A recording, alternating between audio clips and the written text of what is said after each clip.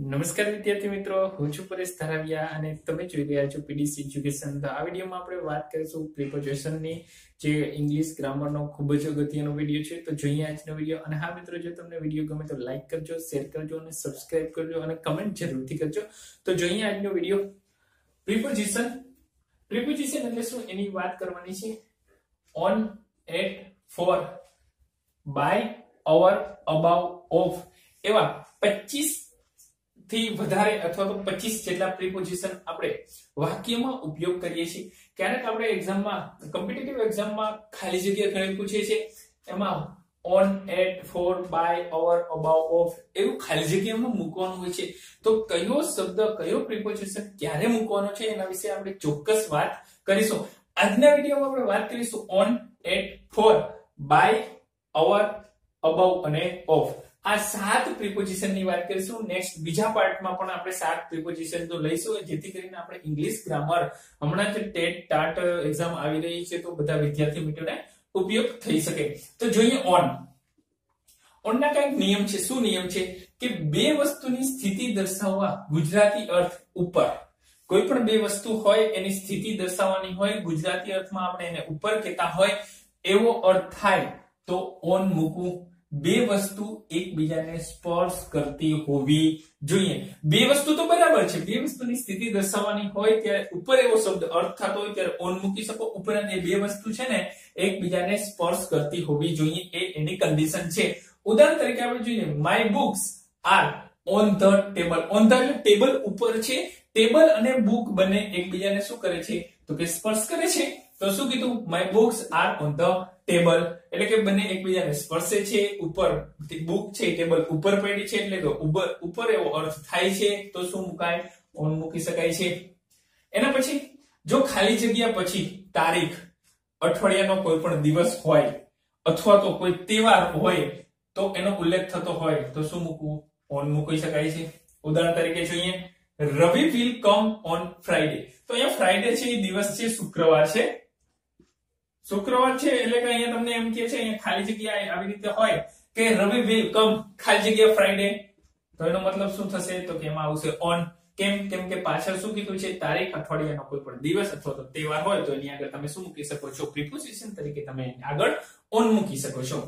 એના પછી એનો ત્રીજો નિયમ છે, કોઈ પણ પ્રાણી ઉપર સવારી કરેલ છે. દાખલા તરીકે હું ઘોડા ઉપર સવારી કરેલ છું તેવું દર્શાવવા માટે પ્રાણીના નામની આગળ ઓન મૂકવું. ઉદાહરણ જોઈએ, some peoples are coming on the horse. કેના ઉપર આવે છે કે ઘોડા ઉપર આવે છે, એટલે કે ઓન ધ હોર્સ પ્રાણીના નામની આગળ શું મૂકી શકાય છે, ઓન મૂકી શકાય છે, જો પ્રાણી ઉપર સવારી કરેલી હોય તો. એના પછી ચોથો નિયમ એનો છે, જો કોઈ પણ ચોક્કસ તારીખનો ચોક્કસ સમય, એટલે તારીખ ચોક્કસ છે, દાખલા તરીકે આજે 8 તારીખ છે, એનો ચોક્કસ સમય અત્યારે 9:05 થઈ છે, એટલે કે ચોક્કસ તારીખનો ચોક્કસ સમય દર્શાવવો હોય તો પણ તે સમય આગળ ઓન મૂકી શકાય છે. ઉદાહરણ જોઈએ કે Bhaveshbhai is coming on the 4th morning, એટલે કે સવારે 4 વાગ્યે ક્યાં શું છે કે ભાવેશભાઈ આવી રહ્યા છે. ક્યારે તો કે સવારે 4 વાગ્યે. એના પછી આવે છે એટ. આ વાત આપણી ઓન ની હતી. ઓન જો તમારે એક્ઝામમાં તમને એવો એક્ઝામ્પલ પૂછાય કે માય બુક્સ આર ખાલી જગ્યા ધ ટેબલ, તો એનું શું આવે છે કે ટેબલ અને બુક બંનેને સ્પર્શ કરતી હોય તો એની ખાલી જગ્યામાં શું આવશે, ઓન આવશે.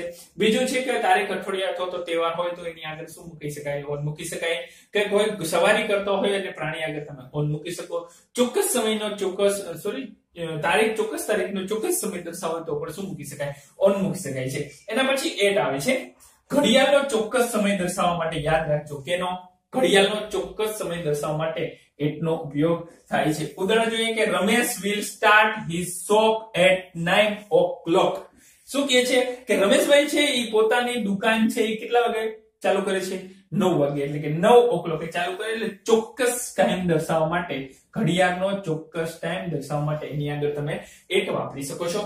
ઉપરાંત બીજો નિયમ શું કહે છે તો કે ઘડિયાળ સિવાયના અમુક ચોક્કસ સમયના નિર્દેશ કરવા માટે પણ તમે એટ વાપરી શકો છો. ઘડિયાળ તો છે જ, ઉપરાંત બીજું શું તો કે ઘડિયાળ સિવાય ઉપર કોઈ ચોક્કસ સમય હોય તો એના માટે તમે એટ વાપરી શકો છો. શું છે ઉદાહરણ, I will go to cinema house at night. હું એમ કહું છું કે ભાઈ આજ રાત્રે મારે સિનેમા હાઉસ જવું છે, આજ રાત થઈ તો એટ નાઇટ તમે લગાડી શકો છો.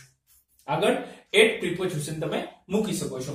એના પછી કોઈ પણ ઉંમર વિશેની રજૂઆત કરવી હોય તો શું મૂકી શકો? દાખલા એમ કે ભાઈ ભીખાભાઈનો છોકરો છે એ 25 વર્ષે પરણ્યો, તો 25 વર્ષની આગળ તમારે શું એટ મૂકી શકો છો. એટલે કે તમારે 25 વર્ષ શું છે તો કે ઉંમર દર્શાવતી વસ્તુ છે. તો એનું ઉદાહરણ જોઈએ કે રાઘવ ગોટ મેરીડ એટ કેટલી 25, કે રાઘવે 25 વર્ષે મેરેજ કર્યા. એના પછી એનો ચોથો નિયમ જોઈએ જગ્યા કે સ્થળ દર્શાવવા માટે પણ તમે એટ નો ઉપયોગ કરી શકો છો. હું મારા ભાઈબંધને કોલેજમાં મળ્યો, તો મળ્યો એ જગ્યા છે એને દર્શાવવા માટે એટ કોલેજ એવો શબ્દ વાપરી શકો છો. ઉદાહરણ જોઈએ કે Chetan will meet me at college. Chetanbhai છે મને કોલેજમાં મળ્યા હતા. હવે આ વાત થઈ ઓન અને એટ ની. એના પછી જોઈએ ફોર. વાત કરતા હતા આપણે ફોર ની. ઓન અને એટ પછી આવે છે ફોર. કોઈ પણ વ્યક્તિ કોઈ ઉમદા હેતુ માટે જો પોતાનું બલિદાન આપ્યું હોય તો આ વાક્યમાં ફોર નો ઉપયોગ થાય છે. યાદ રાખજો, કોઈ વ્યક્તિ હોય એને ઉમદા હેતુ માટે પોતાનું બલિદાન આપ્યું હોય, કોઈ કામ માટે સમર્પિત થયા હોય, અથવા તો કોઈ દેશ માટે સમર્પિત થયા હોય, અથવા તો કોઈ બીજા કોઈ માટે સમર્પિત થયા હોય, તો એના વાક્યમાં એમાં શું મૂકવામાં આવે છે? ફોર નો ઉપયોગ થાય છે. અહીંયા એક ઉદાહરણ આપ્યું છે, ગાંધીજી ડાયડ ફોર નેશન, કે ગાંધીજી હતા કેના માટે બલિદાન આપ્યું? કે આપણે દેશ માટે બલિદાન આપ્યું, એટલા માટે ગાંધીજી ડાયડ ફોર નેશન. અહીંયા ફોર નો ઉલ્લેખ થાય છે. એના પછી ચોક્કસ સમયની આગળ પણ ક્યારેક, યાદ રાખજો, ચોક્કસ સમયની આગળ પણ ક્યારેક ફોર નો ઉપયોગ થાય છે. ઉદાહરણ જોઈએ કે I have rented this hotel for this vacation. એવું કહે છે કે આ વેકેશનમાં હું, આ જે વેકેશન છે એ વેકેશનમાં હું આ હોટલમાં રહીશ.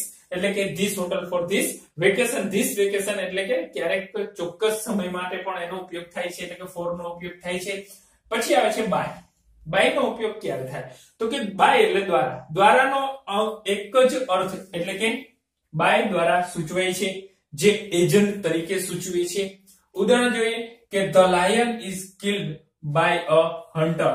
શું કીધું? ક્યારે, કે અર્થ ક્યારે થાય? તો કે દ્વારા, કોઈના દ્વારા કામ થતું હોય, અથવા તો કોઈના દ્વારા શિકાર થતો હોય, અથવા તો કોઈના દ્વારા પાણી ભરાતું હોય, તો ત્યારે બાય નો ઉપયોગ થાય છે. એના પછી કે બાય મુસાફરી અથવા તો ગતિના સંદર્ભમાં પણ વપરાય છે. બીજી જગ્યાએ, એટલે કે મુસાફરી અથવા તો જો કોઈ ગતિના સંદર્ભમાં વાપરવામાં આવે ત્યારે પણ બાય નો ઉપયોગ થાય છે. તો અહીંયા એક ઉદાહરણ છે કે Paresh will go to Bombay by train. ક્યાં? તો કે ટ્રેન દ્વારા જાય છે, એટલે કે by train. પછી આવે છે એના પછી અવર.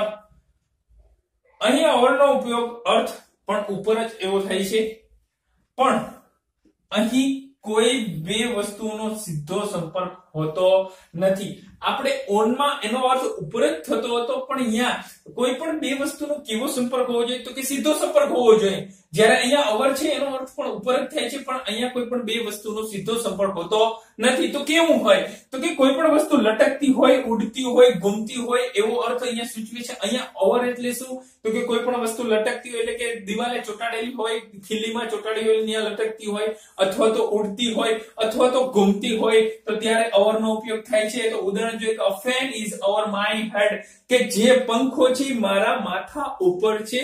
મારું માથું અને પંખા વચ્ચે ઘણો બધો ડિફરન્સ છે, એટલે કે બંને સીધા સંપર્કમાં નથી.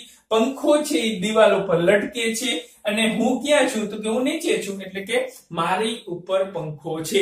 એવી વસ્તુ a fan is over my head ક્યારે વપરાય? તો કે કોઈ બે વસ્તુ હોય એ સીધા સંપર્કમાં ન હોય, તો ક્યારે હોય? તો કે લટકતી હોય, ઉડતી હોય કે ઘૂમતી હોય, ત્યારે શેનો ઉપયોગ થાય છે? તો કે over નો ઉપયોગ થાય છે. પરંતુ જો એવો પ્રશ્ન પૂછે કે જો કોઈ પણ બે વસ્તુ સીધા સંપર્કમાં હોય, ત્યારે શેનો ઉપયોગ થાય છે? on નો ઉપયોગ થાય છે. એના પછી જોઈએ છઠ્ઠું above. above ક્યારે વાપરી શકાય? તો કે જ્યારે કોઈ વસ્તુ ઉપર બીજી વસ્તુ ટીંગાડેલ હોય, એક વસ્તુ હોય એની બીજી વસ્તુ એના ઉપર ટીંગાડેલી હોય, ત્યારે હોય પણ સ્પર્શ ન કરતી હોય. યાદ રાખજો, ટીંગાડેલ હોય પણ બંને સ્પર્શ ન કરતી હોય, તો ત્યારે શું વપરાય છે? above વપરાય છે. દાખલા તરીકે હું વાત કરું કે આ મારું બોર્ડ છે, બોર્ડ ઉપર મેં કેલેન્ડર લગાવેલું છે, તો શું આવશે? the calendar is above the board. એવું આવે. અહીંયા મેં એક ઉદાહરણ લખ્યું છે, the calendar is above the table, એટલે કે ટેબલ છે, ટેબલ ઉપર એક કેલેન્ડર છે એ લટકાયેલું છે, બંને સીધા સંપર્કમાં નથી, તો ત્યારે શું વાપરવામાં આવે છે? તો કે અબવ વાપરવામાં આવે છે. તો આ હતા ખૂબ જ પ્રિપોઝિશન. આપણે બીજો પાર્ટ 2 પણ આનો બનાવશું, ખૂબ જ અગત્યનો. તો અહીંયા સુધી રાખીએ આજના વિડીયોમાં. ફરી નવા લેક્ચર સાથે નવી વાત સાથે મળીશું. ત્યાં સુધી wish you all the best. અને હા મિત્રો, જો તમને વિડીયો પસંદ આવ્યો તો કમેન્ટ જરૂરથી કરજો, લાઈક કરજો, શેર કરજો અને બધા વિદ્યાર્થી મિત્રોને જણાવજો કે આપણી સાથે જોડાઈ જાય. તો અહીંયા સુધી રાખી. જય હિન્દ, જય ભારત.